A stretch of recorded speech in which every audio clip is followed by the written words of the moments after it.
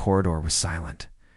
Too silent for a Thursday afternoon in a palace where hundreds of staff moved like clockwork through endless halls. James Whitmore adjusted his security badge and glanced at his watch. 2:47 p.m. The Queen Consort's office should have been empty. She was scheduled to be at a charity, luncheon across London, until 5. But the door was slightly open. James had worked palace security for 17 years. He knew every sound, every shadow, every rule. And rule number 1, when a door that should be locked is open, you check it. His hand moved instinctively to his radio as he approached, footsteps muffled by the ancient carpet beneath his boots. "Ma'am?" he called out softly. No answer. He pushed the door wider. The office was dim, curtains drawn against the gray February light filtering through the windows. Papers were scattered across the mahogany desk, unusual for a woman known for keeping everything meticulously organized. A gold pen lay on the floor. A drawer hung open. Something was wrong. James stepped inside, his eyes scanning the room with trained precision. That's when he saw it. A single sheet of cream-colored stationery, the kind with the royal watermark embossed at the top. It sat in the center of the desk, isolated from the other papers as if someone had been studying it carefully before being interrupted. He shouldn't look. Protocol was clear about respecting privacy, especially in the private quarters of the royal family. But something made him pause. The handwriting was sharp, deliberate. The title at the top was underlined twice. Staff terminations priority. His breath caught. Below the heading were 12 names, each written in the same precise hand. And next to each name, a date. All the dates were in the next 2 weeks. James recognized every single name on that list. Before you hear what happens next, if stories like this, the hidden truths behind palace walls are the kind that keep you watching, hit that subscribe button. You won't regret it. James's hand trembled slightly as he held the paper. These weren't just any staff members. Margaret Hollishead, housekeeper, 31 years of service. Thomas Read, private secretary to the late Princess of Wales, now working in the historical archives.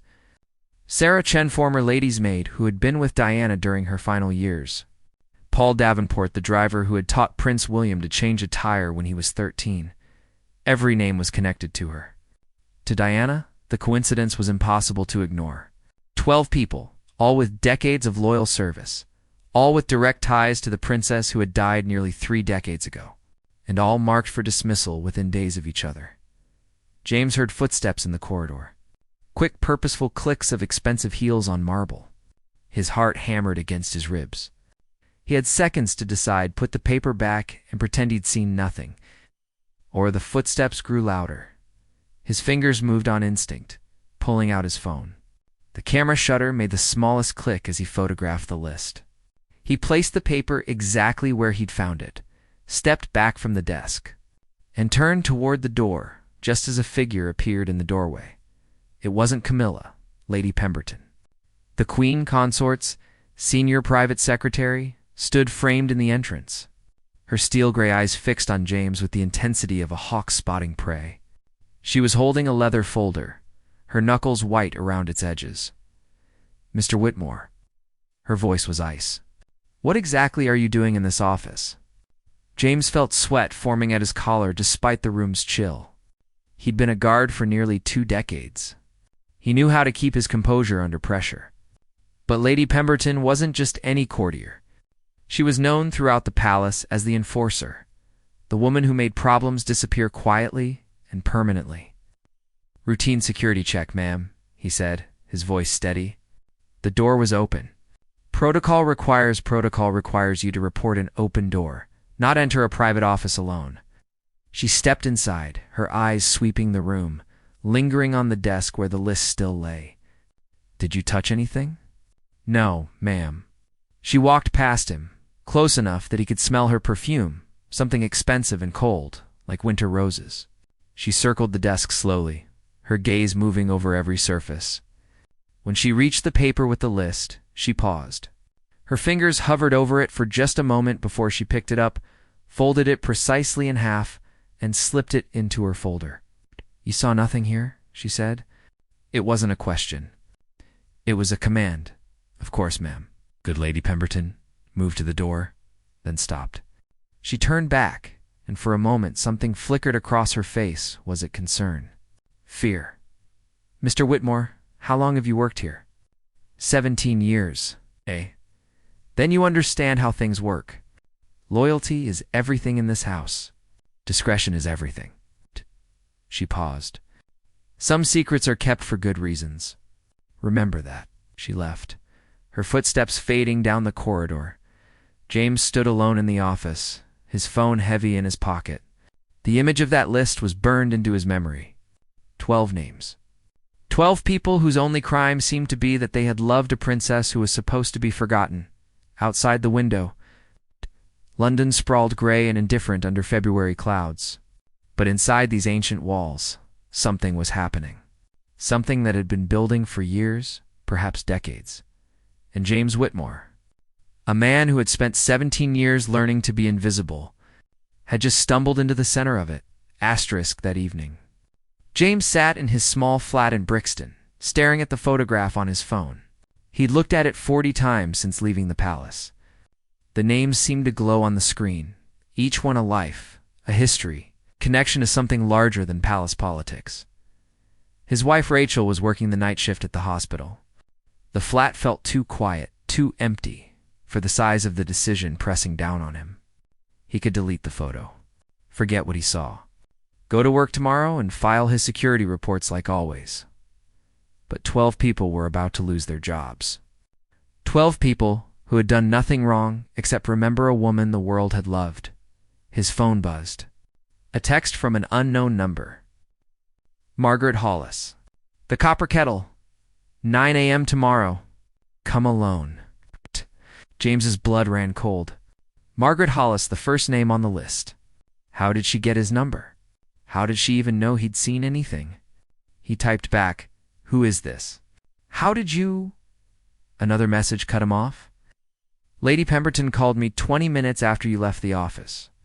He said there might be a security concern involving my position. I've worked at the palace for 31 years. I know when I'm being warned. And I know when someone might be trying to help.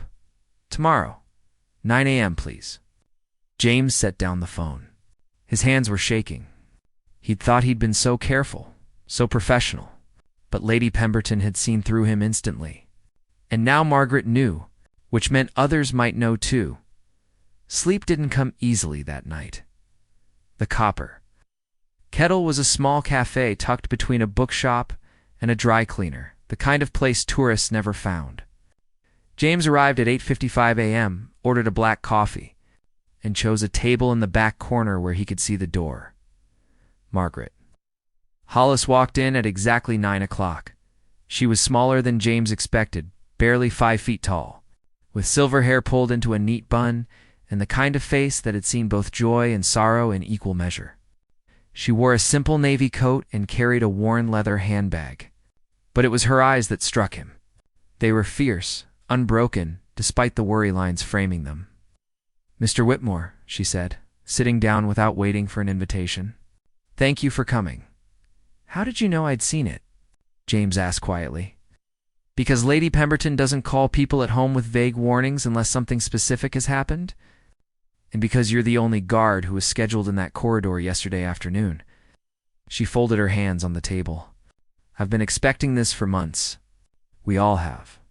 We. The 12 of us." Her voice was steady, but James could hear the tremor beneath. "We knew it was coming. We just didn't know when. Or how public they'd make it." James leaned forward. "Why? Why are they doing this?" Margaret smiled, but there was no humor in it. "Because we remember. Because every time someone from the new generation asks about Diana really asks, not the sanitized version, we tell them the truth. We tell them she was kind. We tell them she fought for people who had no voice. We tell them she made this place feel human." She paused. "And some people would rather that truth stayed buried. But it's been almost 30 years, and yet she still matters more than they do." Margaret's voice was sharp now, cutting. "Do you know what happens every August 31st? Thousands of people still leave flowers at Kensington Palace. Thousands. For a woman who's been dead for decades. When was the last time you saw that kind of love for anyone else in the family?" James thought of the photograph on his phone. The list. It's real then? You're all being fired? We received preliminary notices yesterday. Restructuring, that's what they're calling it. Efficiency measures. Budget cuts. But it's a lie. Margaret reached into her handbag and pulled out a folded paper. Look at this. It was a termination letter dated 2 weeks from now. The language was formal, cold. 31 years of service reduced to 2 paragraphs about organizational needs and gratitude for past contributions. We're not the only ones, Margaret continued. 3 years ago, they transferred Diana's former butler to Scotland. Last year, 2 staff members who worked closely with her were offered early retirement packages, too generous to refuse. They're erasing her one person at a time. But we're the last ones. The ones who were with her at the end. After we're gone, there'll be no one left who really knew her. James felt a chill, despite the cafe's warmth. What do you want from me? I want you to understand what you've stumbled into. Because if you do nothing, we lose our jobs and disappear quietly. But if you try to help us, she met his eyes. They'll come after you too. Lady Pemberton doesn't make threats she can't keep. And the machine behind her is bigger than both of us. Then why tell me any of this? Margaret was quiet for a long moment. Outside London rushed past the window buses, cars, people living lives untouched by palace intrigue. Finally, she spoke. Because 17 years ago, my daughter was in a car accident. She was 19. The hospital bills were devastating. I was going to quit, go find work that paid better. She looked down at her hands. Diana found out. I don't know how, but she did. She came to my quarters at midnight with a check. Enough to cover everything. She said no one should lose everything because they tried to save someone they love. Margaret's voice cracked slightly.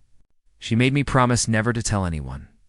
But she's gone now, and I'm old, and I'm tired of keeping secrets for people who've forgotten what honor means. James felt something shift inside him. This wasn't about palace politics or royal drama. This was about people. Real people whose lives had been touched by someone extraordinary, now being punished for refusing to forget her. What do you need me to do? He asked. Margaret pulled out a small notebook.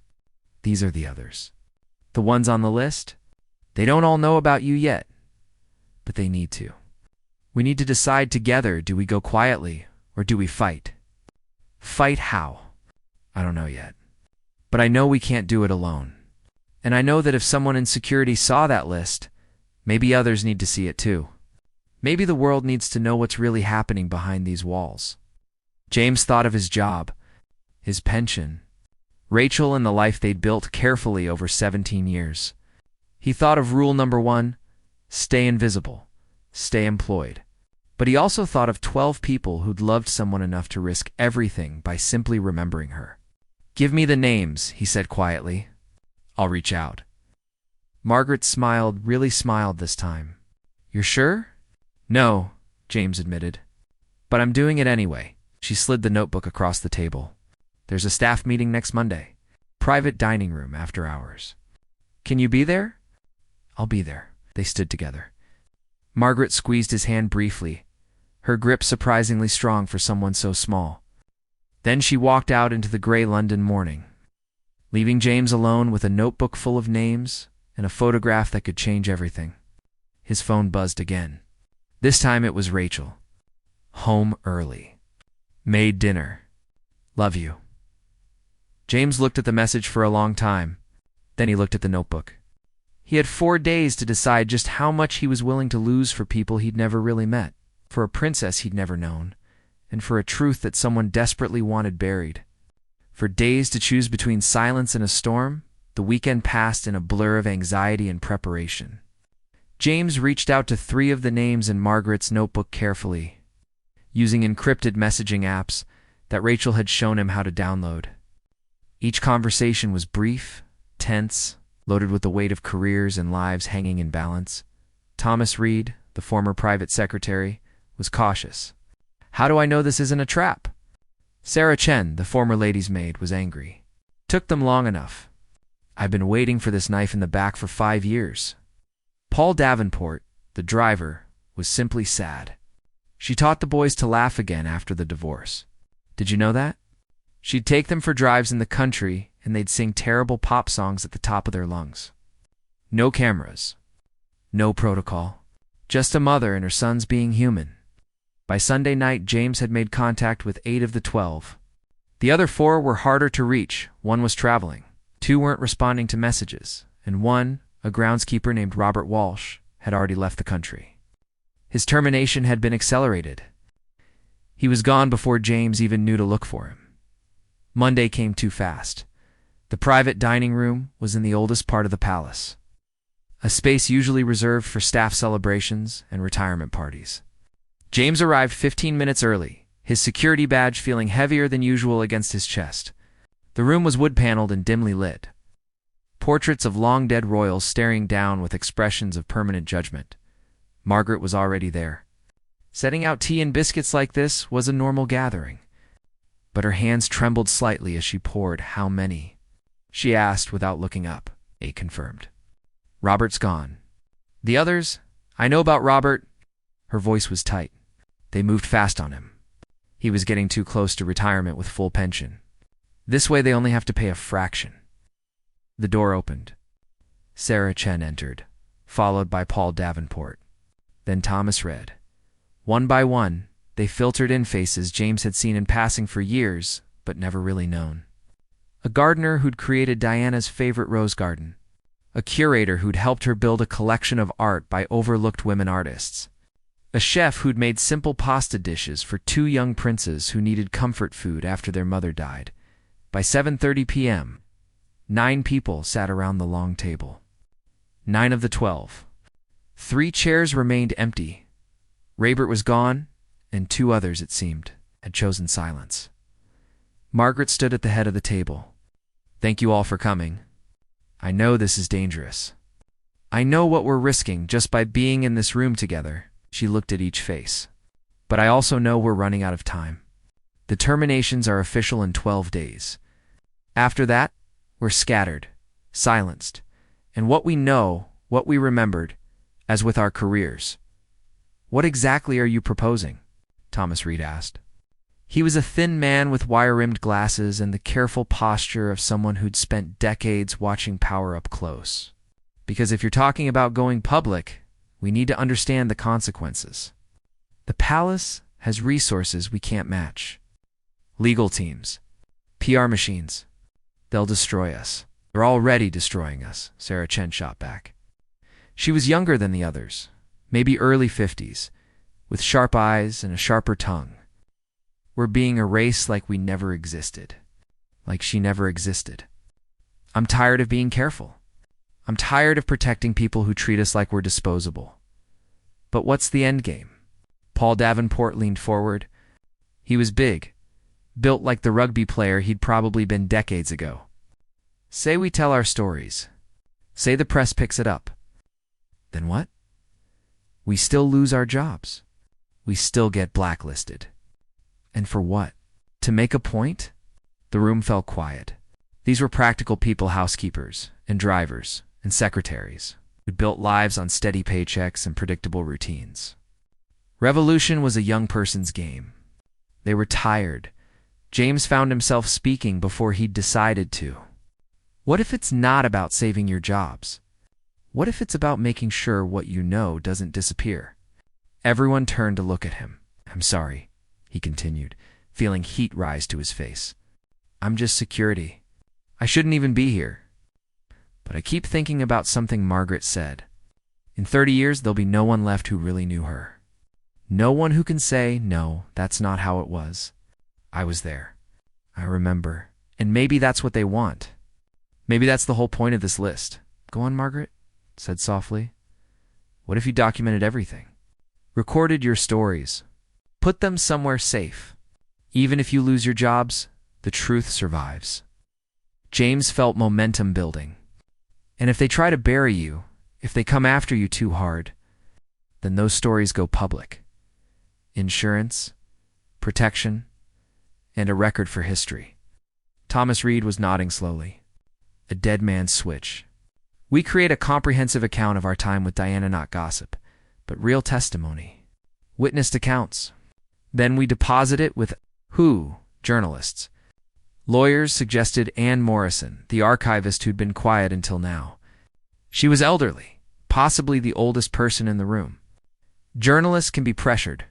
Lawyers have privilege. We create a legal document. Sworn statements. If anything happens to us, anything suspicious, it gets released. And if nothing happens? Paul asked. We still lose our jobs, but at least we have leverage. We have our dignity, Margaret said firmly. We have proof that we existed, that she existed, that everything we remember was real and mattered. Sarah Chen laughed a bitter sound. You want to threaten the monarchy with their own history? That's insane. Maybe, Margaret admitted, but what's the alternative? We disappear quietly and pretend it never hurt? The room went silent again. Outside, the palace was settling into its evening rhythms. Guards changing shifts. Cleaners making their rounds. 1,000 small rituals that kept the machine running smoothly. Inside this room, 9 people were deciding whether to become sand in the gears. I'm in, Sarah said finally. But I want it clear I'm not doing this to negotiate.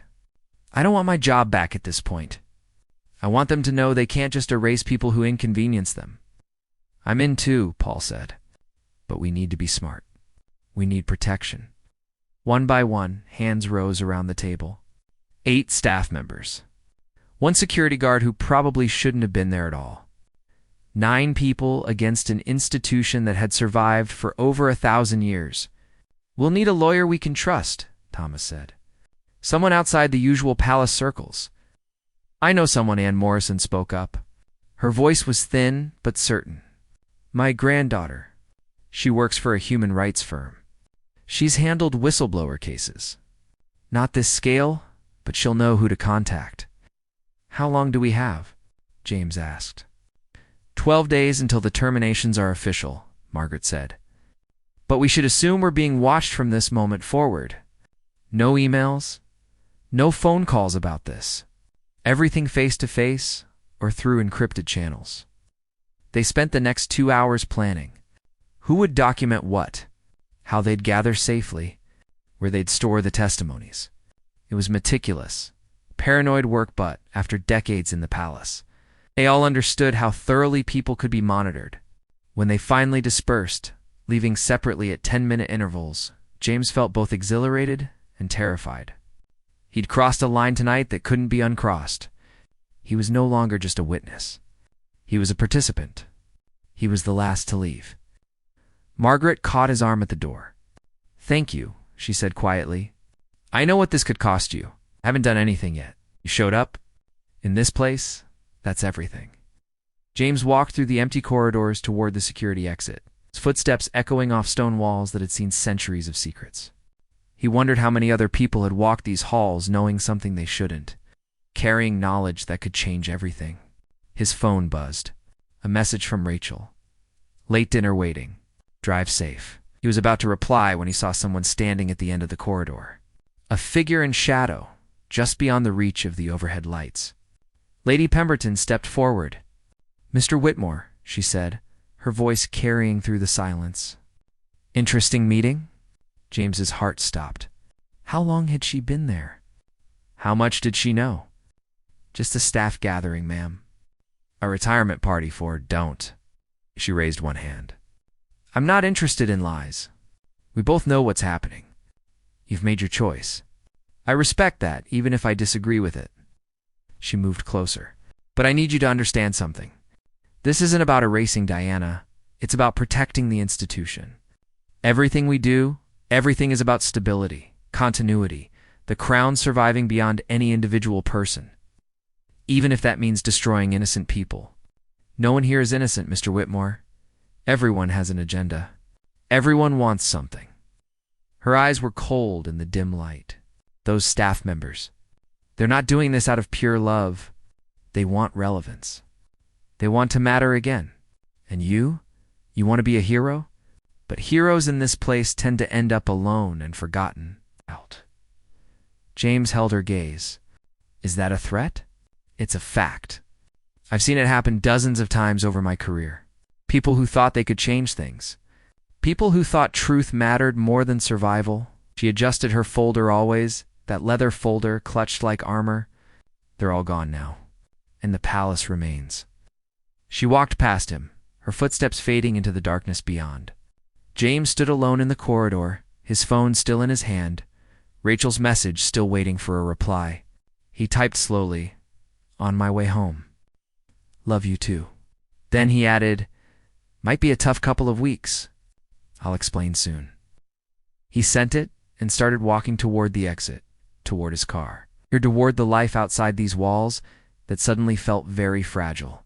Behind him, the palace waited, patient, immovable, eternal. Ahead of him, 12 days remained before everything changed. 5 days passed in careful choreography. The 9 conspirators James had started thinking of them that went in scattered locations across London. Coffee shops, libraries. Once, bizarrely, in the aquarium at the London Zoo, where Margaret insisted the ambient noise would mask their conversation from any listening devices.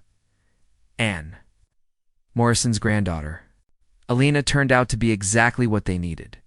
She was 36, sharp as broken glass, and completely unfazed by the magnitude of what they were attempting. She'd represented dissidents from 3 different countries, and had a reputation for making powerful people very uncomfortable. "What you're building is a truth commission," she told them at their second meeting. Held in a cramped back office of her firm, like what they use after genocides or dictatorships. Documented testimony, multiple witnesses, corroborating evidence. It's legally sound and emotionally powerful. Can it protect us? Thomas Reed asked. From termination? No, that's happening regardless. But from retaliation beyond that.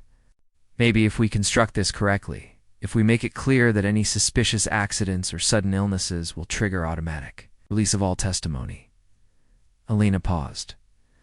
Well, it's mutually assured destruction. They'll think twice. Sarah Chen barked a laugh.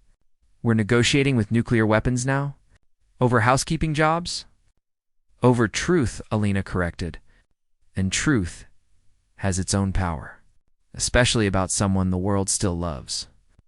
The testimonies were recorded over 3 intense days. Each person sat in Elena's soundproof office and spoke for hours. They talked about the Diana they knew not, the fairy tale princess from magazines, but the complicated, kind, sometimes difficult, woman who tried to use her position to help people. Everyone else ignored Margaret.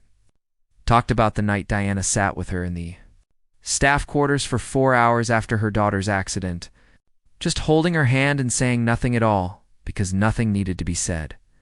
Paul talked about how Diana had insisted on learning the names of every single, and would always ask about them specifically. Not how's your family in that vague royal way. It was how's Emma doing with her maths exams. She cared about the details. Thomas talked about the hundreds of letters Diana would answer, personally letters from AIDS patients, from abuse survivors, from people society had decided didn't matter. She'd stay up until 2 in the morning writing responses by hand. Not form letters. Real responses. She'd say, if someone trusts me enough to tell me their pain, I owe them more than a secretary's template. Sarah talked about the arguments too. The times Diana fought with palace officials over protocol, over restrictions, over the constant pressure to perform her life for cameras. She wasn't perfect. She was angry sometimes, frustrated always, but she never took it out on us. The staff were the only people she could be real with. By the 4th day, they had over 40 hours of recorded testimony. Alina brought in a documentary filmmaker. She trusted someone who'd worked on political exposés to edit everything into a coherent narrative. The result was devastating, 90 minutes of people speaking calmly.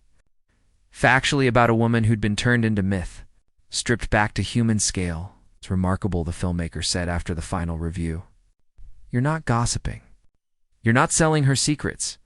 You're just remembering her as a person that's somehow more powerful than any scandal. Because it's true, Margaret said simply. James had recorded his own statement, though his was different. He described finding the list, photographing it, the conversation with Lady Pemberton. He explained what he stood to lose and why he'd chosen to help anyway. "I never met Diana," he said into the camera. "I wasn't here when she was alive. But I see what her memory does to people. And I see what fear of that memory makes others do. And I think sometimes you have to choose which side of history you want to be on, even if it costs you everything."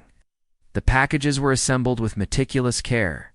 3 complete copies, one with Elena's law firm, one with a journalist at The Guardian who'd built a career on holding power accountable. Yes. And one in a safety deposit box in Switzerland. If anything happened to any member of the group, anything suspicious, unexplained, or convenient, all 3 packages would be opened simultaneously. "It's done," Elena said on the evening of the 7th day. "You're as protected as I can make you. But you need to understand this protection only works if you're willing to actually trigger it. If someone gets hurt and you hesitate, if you decide to stay quiet to keep the peace, then all of this was for nothing." "We understand," Margaret said. She looked older than she had a week ago, the weight of what they'd done settling into her bones. "Thank you.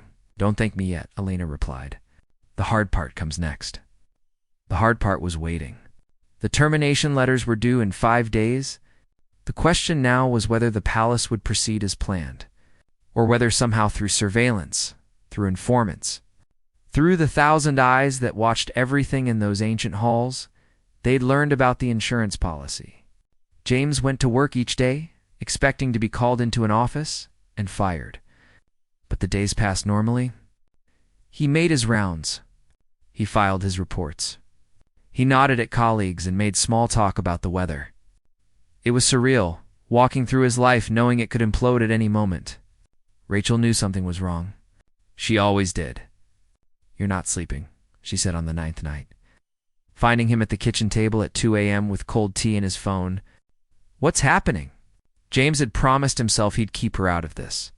But sitting there in their small kitchen, with her in an old hospital sweatshirt and concern in her eyes, he couldn't maintain the lie anymore. He told her everything. Rachel listened without interrupting. When he finished, she was quiet for a long time. Then she reached across the table and took his hand. "You're going to lose your job," she said. "Not a question. Fact. Probably. We'll lose the pension. The security. Everything we've built, I know." She squeezed his hand. "I'm proud of you." James felt something crack in his chest. "We might lose everything, we won't lose everything. We'll lose money and comfort.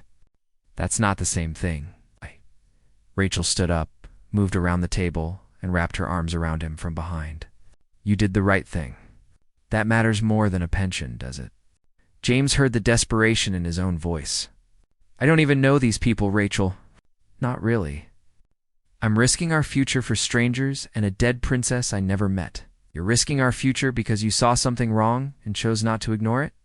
That's exactly who I thought I married." She kissed the top of his head. "Come to bed. Whatever happens, we'll deal with it together." That night, James slept better than he had in a week. The 10th day brought the first crack in the palace's facade. The Daily Mail ran a small story, buried on page 6. Palace staff facing unexpected redundancies. It was nothing explosive. Just a few paragraphs, noting that several long-serving employees had received termination notices and that union representatives were questioning the timing. But it was something. Someone inside was talking to the press. Not the full story, not yet. Just enough to make people start asking questions. Lady Pemberton appeared in the security office at noon. She didn't ask for James specifically, but her presence sent ripples through the room. She spoke to the head of security for 10 minutes in his private office. When she left, the head of security looked shaken. James received a summons an hour later. The head of security's office was small and cluttered with reports and schedules. His name was David Hurst, a career military man who'd transitioned to palace work 15 years ago. He'd always been fair to James if distant. "Sit down," Hurst said, not meeting James's eyes. James sat. "There's been a complaint about your conduct. From Lady Pemberton's office." Hurst shuffled papers on his desk. "Specifically regarding unauthorized access to private offices and potential breach of confidentiality protocols." I followed proper procedure for investigating an open door. I know. Hearst looked up finally. I've reviewed your report from that day. You did everything correctly. But that's not really what this is about, is it? The question hung in the air. James could deny it. Play innocent. But Hearst's eyes said he already knew. No, sir, James said quietly. It's not. Hearst leaned back in his chair. I've worked in this building for 15 years. You know what I've learned? The palace doesn't fire people for incompetence. It fires people for inconvenience. He tapped his desk. You've become inconvenient, Whitmore. Whatever you've gotten yourself into, whatever you think you're protecting or fighting for, you need to understand they'll win. They always win. Maybe, not maybe. Definitely, I've seen it happen. Hearst pulled out a folder. Your employment review is scheduled for tomorrow. I'm required to inform you that your performance will be evaluated and that termination is under consideration. James's stomach dropped. Tomorrow? They weren't even waiting for the scheduled date. Sir, I've been here 17 years, I know, and I'm sorry. For what it's worth, I think you're a good man in a bad situation. Hearst slid the folder across the desk. That's your file. Review it tonight. Prepare whatever defense you want to present. It probably won't matter, but you deserve the chance. James took the folder on autopilot. Thank you, sir, Whitmore. Hearst called as James reached the door. Whatever you've documented, whatever insurance policy you and those staff members have put together, make sure it's worth it. Because after tomorrow, you're done here. And the palace has a very long memory. James walked out of the office, through the security station, and into the cold February afternoon. His shift was over. His career was ending. And somewhere in the palace, 11 other people were receiving similar summons. The endgame had begun. The emergency meeting was held in Elena's office at 8 p.m. All 9 of them crammed into the small conference room, faces drawn with stress and fear. Everyone had received the same message. Performance reviews scheduled. Employment termination under consideration. They'd accelerated the timeline. The palace wasn't waiting 12 more days. They were moving now, swiftly and decisively, I know, Thomas Reed said flatly. Somehow they know we've prepared something, and they're trying to scatter us before we can use it. Does it matter? Sarah Chen was pacing, unable to sit still. We have the testimonies. We have the protection. So we trigger it. We release everything now, before they can silence us. We release now, we lose all leverage, Elena argued. She was at her laptop, pulling up legal documents. Right now, they're afraid of what you might do. The threat is keeping you safe. Once you actually do it, the protection disappears. So what? Paul Davenport's voice was loud in the small space. We're getting fired anyway. We're losing everything anyway. At least if we release it, people know the truth. Asterisk for what? Margaret's voice cut through the arguing. She sat very still at the head of the table, her hands folded. So we can be headlines for a week. So people can click and share and feel outraged for 48 hours before moving on to the next scandal? What does that actually accomplish? The room went quiet. I'm not afraid of losing my job anymore, Margaret continued. I've made peace with that. But I'm afraid of wasting what we've built. If we release everything now, in a panic, it becomes gossip, drama, palace intrigue. But if we're strategic, if we're smart about timing and presentation, it becomes something else. It becomes history. We don't have time for strategy, Sarah said. They're firing us tomorrow. Then we let them. Margaret looked at each person in turn. We go to those reviews. We let them terminate us. We take our severance packages because they will offer severance to keep us quiet, and we sign nothing. We make no promises. We just leave with dignity. And then what? James asked. Then we wait. 1 week, maybe 2. We let them think they've won, that they've successfully buried the problem. And while we're waiting, Alina reaches out to media partners. Real journalists, historians, people who will treat this as the significant story it is, not tabloid fodder. Alina was nodding slowly. A coordinated release.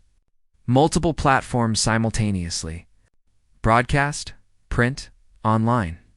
Frame it not as revenge, but as historical preservation.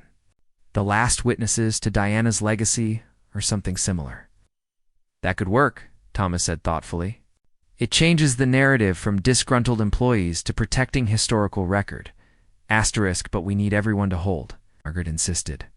No one breaks ranks. No one goes to the press early. No matter how angry or desperate we get, we wait. Can everyone agree to that? Silence filled the room as each person grappled with the decision. Patience when everything in them screamed for immediate action. Trust when they'd learned not to trust. One by one, they nodded.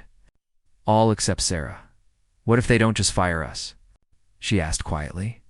What if Lady Pemberton was serious about making problems disappear? We're all putting a lot of faith in a stack of recordings protecting us. But people have disappeared for knowing less than we do. Then the recordings release automatically, Elena said. And the palace faces something much worse than a historical documentary. They face a suspicious death investigation with global media attention. They won't risk it. You sound very certain about what powerful people will or won't risk. I've done this before. Different scale, same dynamics. Authoritarian regimes. Corrupt corporations. Religious institutions covering abuse. They all operate on the same principle. Calculated risk management. As long as you make the risk of silencing you greater than the risk of letting you speak, you stay alive. Elena's voice was hard, certain. Trust the insurance policy. It works. Sarah stared at her for a long moment, then nodded. Okay? We wait. The meeting broke up at 10 p.m. They left separately again, scattering into the London night like seeds on wind. James walked to the tube station, his collar up against February cold that seemed to seep into his bones. His phone buzzed. Rachel, good luck tomorrow. I love you. He typed back. Love you too. See you tomorrow night. He almost added, I hope, but deleted it. No point worrying her more than necessary. The performance review was scheduled for 9 a.m. James spent the night not sleeping, staring at the ceiling of their bedroom, listening to Rachel breathe beside him. He thought about 17 years of service. Hundreds of night shifts. Thousands of hours, walking those corridors, learning every corner, every shadow. All of it ending because he'd looked at a piece of paper he wasn't supposed to see. The review room was in the administrative wing, far from the public areas of the palace. James arrived at 8:55 a.m. in his dress uniform, every button polished, every crease sharp. If he was going down, he'd go down looking professional. David Hurst was there, along with 2 HR representatives James had never met. No Lady Pemberton? Somehow that made it worse. She didn't even consider him important enough to attend his own firing. The review lasted 11 minutes. They cited security protocol violations. Accessing an office without proper authorization. Failing to report unusual findings through appropriate channels. Taking photographs of confidential materials. So they knew about the photo. James had suspected, but having it confirmed sent ice through his veins. Do you have anything to say in your defense? Hurst asked. His voice was formal, but his eyes held something like sympathy. James thought about defending himself. Explaining about the open door, the protocol he'd followed, the chain of events that had seemed logical at the time. But what was the point? They'd made their decision before he'd walked into this room. No, sir, he said simply. Nothing to add. The HR representatives exchanged glances. They'd probably expected anger or pleading. His calm seemed to unsettle them. Very well. Your employment with the royal household is terminated effective immediately. You'll receive 3 months severance pay and a neutral reference. In exchange, you're required to sign a non-disclosure agreement regarding anything you may have seen or heard during your employment. There it was. The trade. Money for silence. James took the papers they slid across the table. He read them carefully, every word, every clause. The NDA was comprehensive. He couldn't discuss anything about his work, the royal family, other staff members, or any sensitive materials he'd encountered. If he signed this, the insurance policy became useless. He'd be legally bound to silence. Breaking that silence would open him to massive lawsuits that would destroy not just him, but Rachel too. This is quite broad, James said slowly. I'm not comfortable signing something this comprehensive without legal review. The HR representative stiffened. That's your right, Mr. Whitmore. However, without signing the NDA, we cannot offer the severance package. You'll receive only the legally required minimum 2 weeks' pay. 2 weeks versus 3 months. 2 weeks versus keeping his leverage? James set down the papers. I'll need time to consider. You have 24 hours? After that, the offer expires and you receive the minimum package. The older HR representative pulled the papers back. We'll need your badge and credentials before you leave the building. It was real now. James unclipped his badge, the badge he'd worn for 17 years, and placed it on the table. His access cards. His building keys. The small pieces of identity that had defined a third of his life. Security will escort you to collect your personal belongings, Hurst said. I'm sorry, Whitmore. You were good at your job. The walk to his locker was humiliating. A security guard, Brian, who James had trained 3 years ago, walked 2 paces behind him, silent and professional. Other guards they passed averted their eyes. Everyone knew what an escort meant. James's locker held almost nothing. A spare uniform, some protein bars, a photo of Rachel from their wedding day. He packed it all into a small box and walked out through the employee entrance for the last time. The morning air was cold and gray. London traffic roared past, indifferent to his personal catastrophe. James stood on the pavement holding his pathetic box of belongings and felt the weight of what he'd lost. 17 years. Gone in 11 minutes. His phone buzzed. A group text from Margaret. 3 of us reviewed this morning. All terminated. Standing firm on NDAs? How are others holding? Responses came quickly. Thomas, fired. Refused to sign. They're not happy. Sarah, same. The look on the HR rep's face when I said I needed to consult a lawyer was priceless. Paul, terminated. Offered me for month severance if I signed immediately. Turned it down. One by one, all 9 of them checked in. All fired. None had signed. They were standing together, maintaining the line. James texted, terminated. 2 weeks unless I sign NDA, declined. We're still good. Margaret's response came immediately. Strong work, everyone. Now we wait. Alina says media strategy is in motion. 2 weeks until we tell the world what really happened here. James started walking toward the tube station.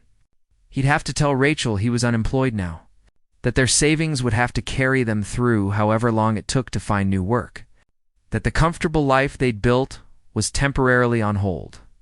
But as he walked through the crowds of London, past tourists and business people and students all living their lives, he felt something unexpected. Relief. For 17 years, he'd been invisible. A uniform, a badge, a cog in a machine that ground on, regardless of who wore the security jacket. But for the last 2 weeks, he'd been something else. He'd been someone who chose a side, who stood up, who mattered. He pulled out his phone and called Rachel. Hey, he said when she answered. So funny story? I'm unemployed. There was a pause, then Rachel's laugh, warm and real and unafraid. Come home. We'll figure it out. I love you, James said. I know. Now get on the tube before you turn this into a dramatic movie moment. James smiled despite everything and headed underground, toward home, toward an uncertain future, toward whatever came next. Behind him, the palace stood massive and unmoved, its windows reflecting gray London sky. Inside, Lady Pemberton was probably already at her desk, making calls, smoothing over the disruption, ensuring the machine kept running. She thought she'd won. They all did. But they hadn't met Alina yet. They hadn't seen what 9 angry, principled people with nothing left to lose could accomplish. And they definitely hadn't counted on the truth being more powerful than their carefully constructed silence. 12 days of silence followed. 12 days of James waking up without a job to go to, without a routine to follow. Rachel picked up extra shifts at the hospital. They ate simpler meals. They didn't talk about the growing anxiety that maybe Elena's plan wouldn't work. Maybe the palace would simply wait them out until they were desperate enough to sign anything. But on the 13th day, everything changed, the Guardian published first. Front page, above the fold. The headline was simple and devastating. The last witnesses, palace staff who knew Diana speak after mass termination. By noon, it had gone viral. Not just in Britain, everywhere.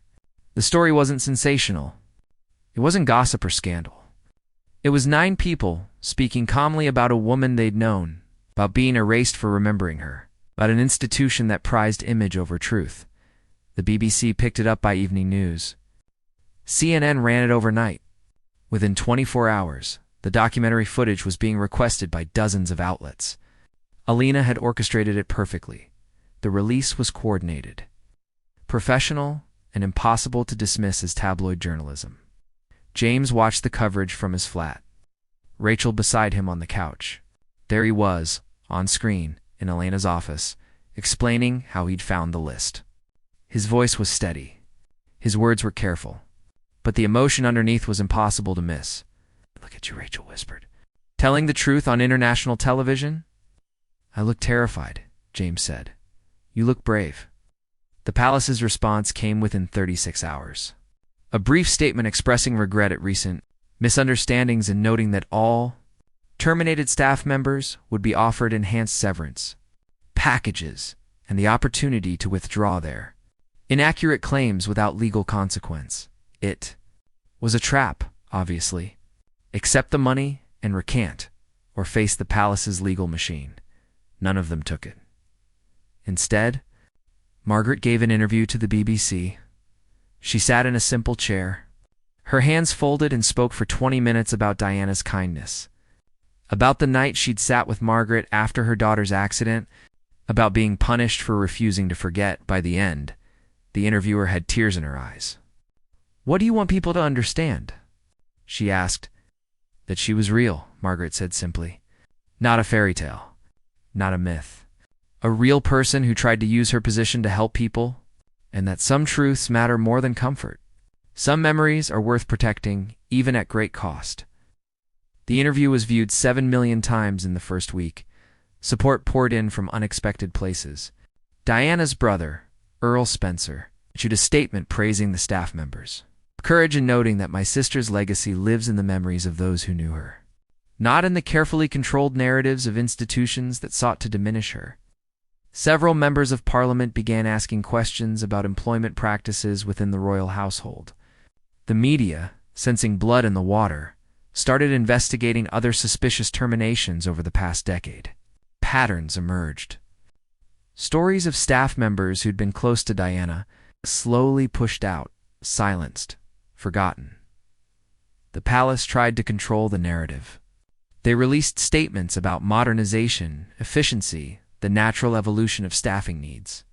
But each statement only generated more questions, more scrutiny. 3 weeks after the story broke, James received an unexpected email. It was from David Hurst, his former supervisor. "Whitmore thought you should know. Lady Pemberton resigned yesterday. Official reason is personal circumstances, but we all know what it really means. She fell on her sword to protect higher-ups. You and your group didn't just survive. You won. Doesn't happen often in this place. Hope you land on your feet."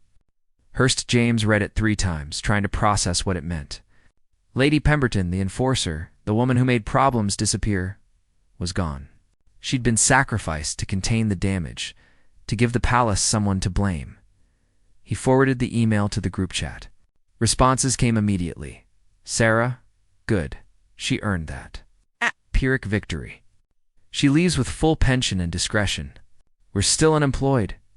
Paul, yes, but we're unemployed with dignity. I'll take it." Margaret's response came last. She was doing her job. "I don't hate her, but I'm glad someone finally paid a price for treating people like we're disposable." The settlements came next. Not the original severance offers with NDAs, but real settlements. 6 months' pay, neutral references, and most importantly, acknowledgement. The palace didn't admit wrongdoing exactly, but the language of the settlements implied recognition that the terminations had been improperly handled. It wasn't justice. It wasn't victory. but it was something James used his settlement to enroll in courses for private security consulting. Rachel convinced him to also take a writing class. "You have stories now," she said. "Stories that matter. Maybe you should learn to tell them better." Margaret retired properly, on her own terms. She moved to Cornwall to be near her daughter and grandchildren. But before she left London, she invited all 9 of them to dinner. They met at a small Italian restaurant in Brixton. Far from palace grounds, far from media attention. Just 9 people who'd stumbled into history together, sharing pasta and wine and relief. "I've been thinking," Margaret said, as dessert arrived, "about why this worked. Why we survived when so many others didn't." "Elena's legal strategy," Thomas suggested. "The timing," Sarah added. "The media environment was right." No, Margaret shook her head. "It worked because we weren't trying to destroy anything. We were just trying to remember. That's harder to fight against people who simply want to remember truth." James thought about that. About the photograph on his phone that started everything. About the choice to look when he could have walked away. About standing with strangers who became something like family through shared risk. "Do you think anything really changed?" he asked. "I mean, in the palace, in how they operate." Margaret considered this. "Maybe not. Institutions that old don't change easily. But I think we reminded people that institutions are made of people. And people can choose truth over convenience. That matters." Paul raised his glass. "To truth. And to everyone who stood for it when it wasn't easy." They drank to that. All 9 of them, survivors of a small battle in a much larger war between memory and forgetting, between power and principle. The dinner ended late. They hugged goodbye, promised to stay in touch, though they all knew the reality. They'd been bound by crisis, by shared danger. In peace, they'd drift naturally back to their separate lives. James and Rachel walked home through London streets, past tourists taking photos of monuments, past young professionals heading to clubs, past all the ordinary life that had continued regardless of palace drama. "Do you regret it?" Rachel asked, her hand in his. "Everything you lost." James thought about his 17 years of invisibility. About walking corridors in silence, seeing everything, mattering to no one. Then he thought about the last 2 months. The fear, yes, but also the purpose. The sense of standing for something larger than himself. "No," he said. "I don't regret it at all." 6 months later, James had built a small but successful security consulting business. He trained staff from museums and private estates, teaching them not just how to watch for threats, but how to see what matters. How to speak up when something's wrong. How to choose truth over convenience. Rachel framed the Guardian article with his interview and hung it in their hallway.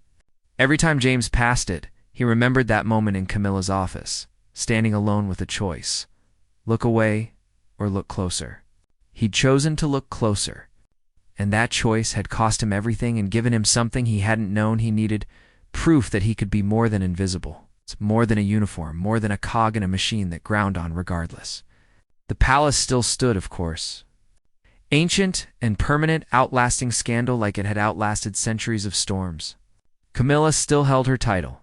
The institution adapted, as institutions always do, and continued. But somewhere in the palace archives, in staff quarters, in the memories of everyone who worked there, 9 people had proven something important, that truth matters. That memory matters. That ordinary people who stand together can face down power and survive. And in London, in Cornwall, in scattered cities across Britain, 9 people went on with their lives, carrying the knowledge that they'd done something remarkable. They'd refused to let someone be forgotten. They'd refused to be erased themselves. Years later, historians would include their testimony in official biographies. Students studying Diana's legacy would watch the documentary they'd created.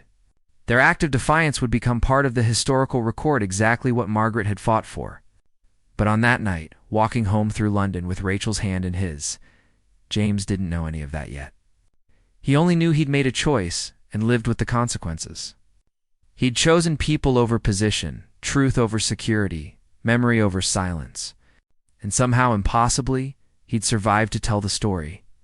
Behind them, The city hummed with a million lives, a million choices, a million small moments where people decided what kind of person they wanted to be.